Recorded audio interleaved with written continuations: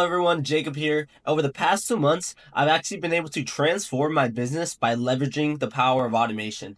And today I'm actually excited to share with you 7 different automation blueprints that you can start using right now in your business to save time, boost efficiency, and scale your business like never before. So let's dive right in. So the first automation you can implement today is an automated interested email. So in my CRM, how this works is there is a webhook call which basically correlates to my CRM.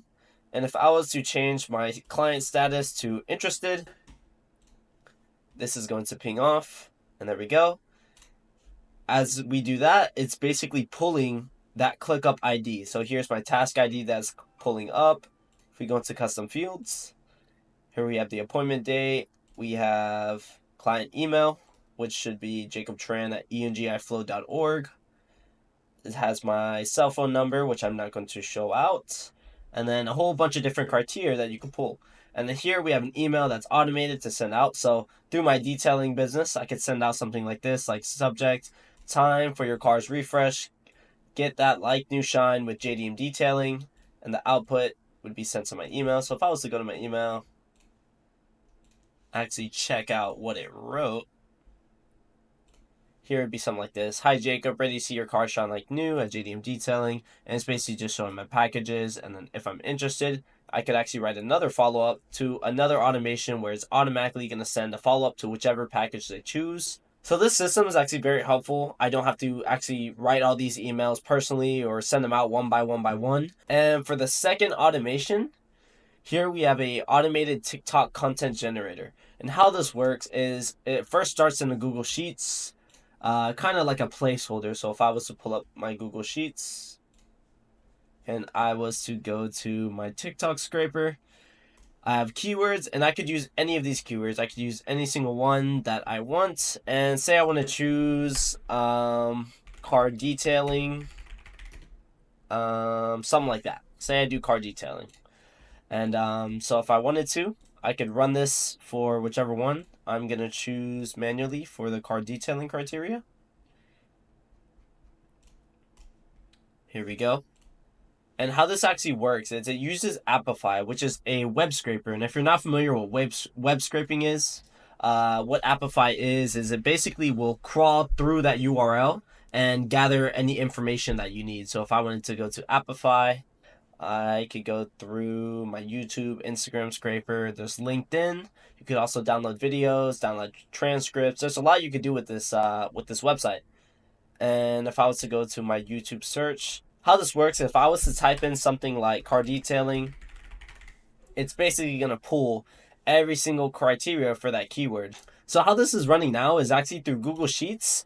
I am putting in the description, the keyword, and it's putting it into this actor, which is basically searching the entire page for that keyword.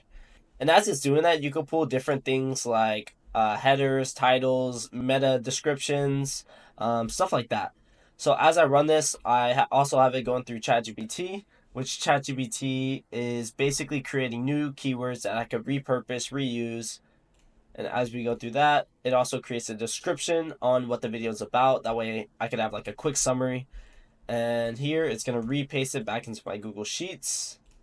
And then it stores it in ClickUp if it meets that criteria. So now that it's done, I can actually show you guys exactly what it's doing. So here it's pulling the exact keyword description of whatever you wanted to pull. And then here is actually the actor. That's the stuff for the actor. You don't have to know about that. But here is the important stuff. This is the dataset items. And it'll have stuff like the text, the hashtags, the author. It also has the dig count. And these are basically just like likes, shares, views. And then I think these are like the ones that are saved. Collect count are probably saved. And then these are the comments. We also have a couple other stuff like the hashtags. I'm pretty sure you could do something with this. If you wanted to maybe get all the metadata for the hashtags and create like your own hashtags, you could definitely do that. And then it also shows you the search hashtag, which is crazy amount for car cleaning.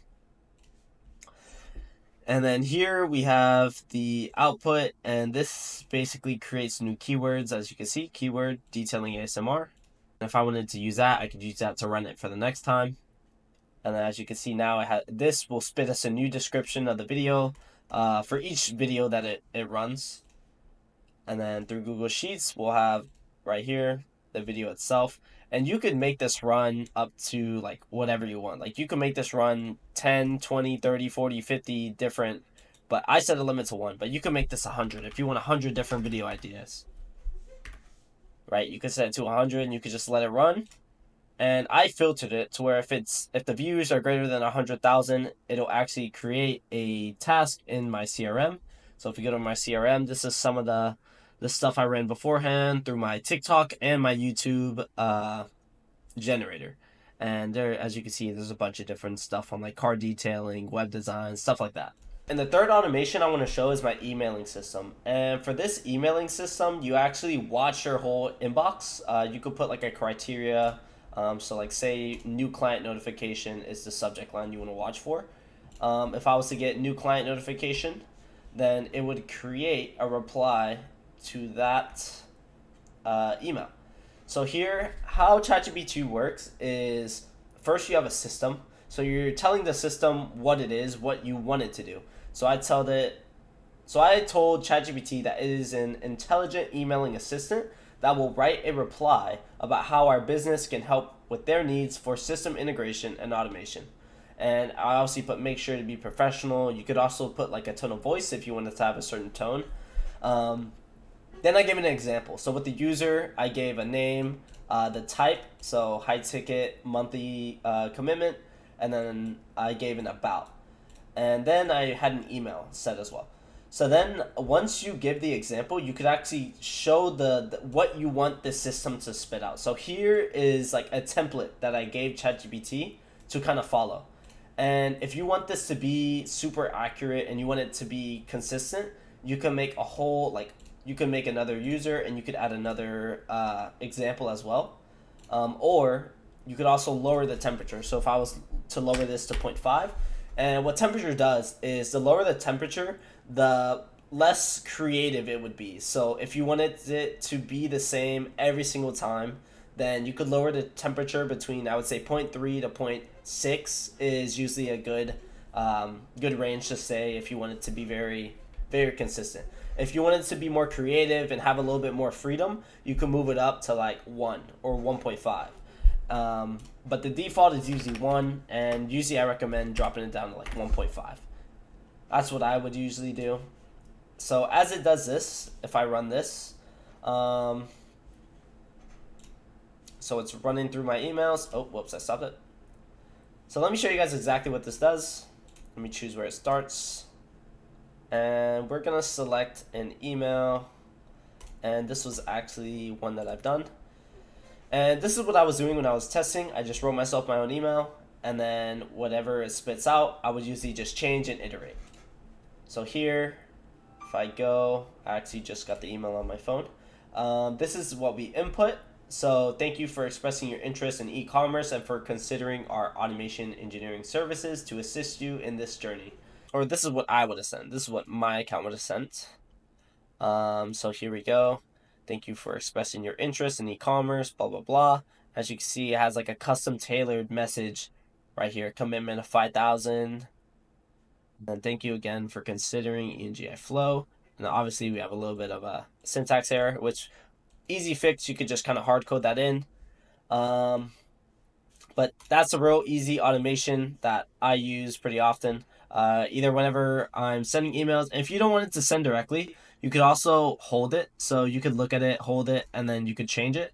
For the fourth automation I want to show is my proposal form automation. And how this works is it actually uses Typeform to watch the response. It has a sleep, which basically gives it a little bit of a delay. That way it can catch up and list the responses. And then it creates a tailored PandaDoc form that I created myself. So I created a PandaDoc template, and I'm just importing all the information I need. So whatever client I'm working with, their information will change depending on whatever their business is. So if I was to go to Typeform and let me fill out this information, so Jacob Tran, I'm gonna put a random number. And then we could do my email. And then my company is ENGI Flow. So here, this form I would be usually filling out on a sales call. Okay, well, we'll just put my numbers, whatever. Here, so I'd be filling this out on a sales call for, you know, whatever the company is. So say they are let's just write what they are. A digital marketing firm that specializes in high-end marketing clients. Having a little trouble typing there. And then here, obviously, they would have like a problem. So say their problem is lead generation. What is our solution? We can make an automated cold emailing system. And then what are the platforms / services they're using? Say they were using like CRM of HubSpot. And say they were also using Equity scheduling. And then here I would kind of make a prediction of how long this project would take. I would say maybe 2 weeks. And then how much I would want to charge them. So say I want to charge them per automation, and say I want to charge them $3,500 for that month. And then any additional costs for platforms, let's say platforms would be an additional $50.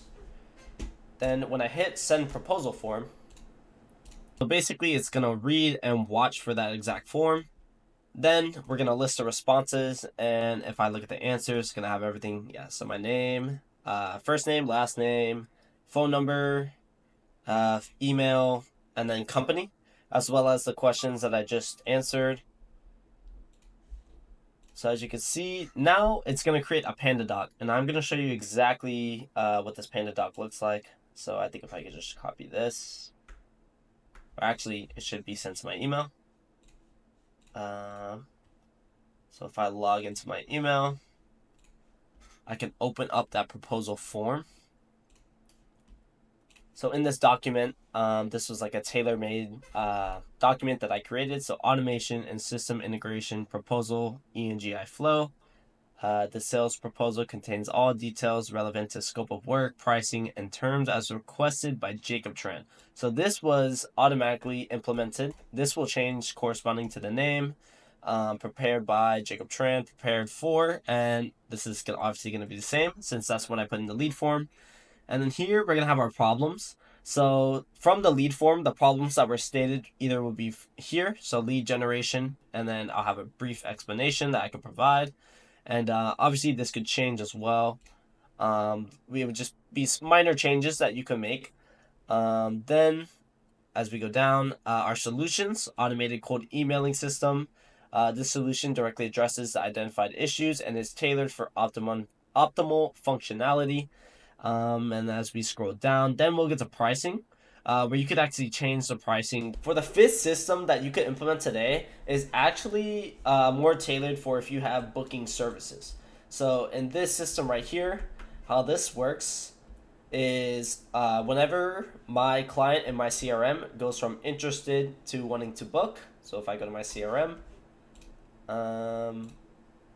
and when I click interested to booked, I have to run the system first. Whenever I run my system, let's wait for new data. When I go from interested to booked, this will automatically, it'll run and it'll automatically book them for my maintenance detail. And this basically expedites the process. You know, I won't have to do any of this. And for my sixth automation, we're using lead form again. And how this works is it basically runs through my lead form like how I just showed you. It's going to cache that information. It's going to create a database in my Equity scheduling as a client. And then it's going to create a task on ClickUp, which basically solidifies them in my system. And that allows me to basically automate the rest of my processes. And it's pretty much the same as the last process, so I'm not going to bother showing you guys. Pretty sure you guys got the gist of how the other processes worked. So for my seventh automation is actually a convertible MP3 to blog post. So if you wanted to actually grab a YouTube video, so I actually have a programmable logic controller video, and I have that in my Google Drive. You could actually create that into an MP3. So you download it as an MP3. ChatGPT will create a transcription out of that video, out of that MP3. And then once that is done, you could tell Chat to actually repurpose it into a blog post. So if I go into here we go, my user is below as a transcript from a video we recorded. Convert this into a blog post in Markdown ATX format, make it comprehensive, and write it in a casual Spartan tone of voice. And the reason I wanted to write it in Markdown is so that way I could go from Markdown to HTML and I can import it directly into Google Docs. So if I was to do something like this, let's see if it'll read this video. This is from a while back, yeah. All right, so now that this flow is done, I'm gonna show you guys exactly what it does. So here it's actually downloading the drive, the file. So it's downloading that MP3. ChatGPT here is converting it into a transcript. So it's a pretty long transcript, geez. So it's converting that transcript, and then it is actually, here we go. It's actually creating the blog post in Markdown. And then this is where we actually turn it from Markdown to HTML. As you can see, it's in HTML format. And then we could import it straight into Google Docs, which allows it to actually format it directly. So if I was to actually open up the web link and we could check it out. So yeah, it created like a quick blog post, and obviously you could do, this is like a bare minimum blog post. Like you could add pictures, you could do this and that with softwares like Perplexity and stuff like that, or Cloud. I know Cloud is a big one as well.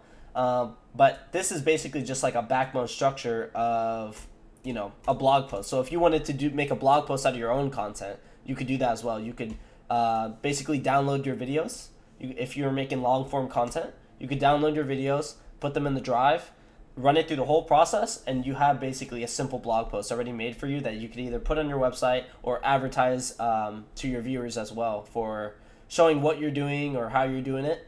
So that is 7 automations that you can implement in your business today. So if you guys were actually interested in learning more about automation, processes, systems, and AI, be sure to drop a like below and hit that subscribe button to stay updated with all my latest tips and strategies. If you guys have any questions, feel free to leave them in the comments. I'd love to help out. I'm also creating blueprints and templates actually exactly for these processes and systems, and they're going to be down in the bio below. So if you guys actually want to implement them, I'm going to show you guys exactly how to implement those blueprints into your make.com account. So stick around and keep your eyes out for the next video that drops.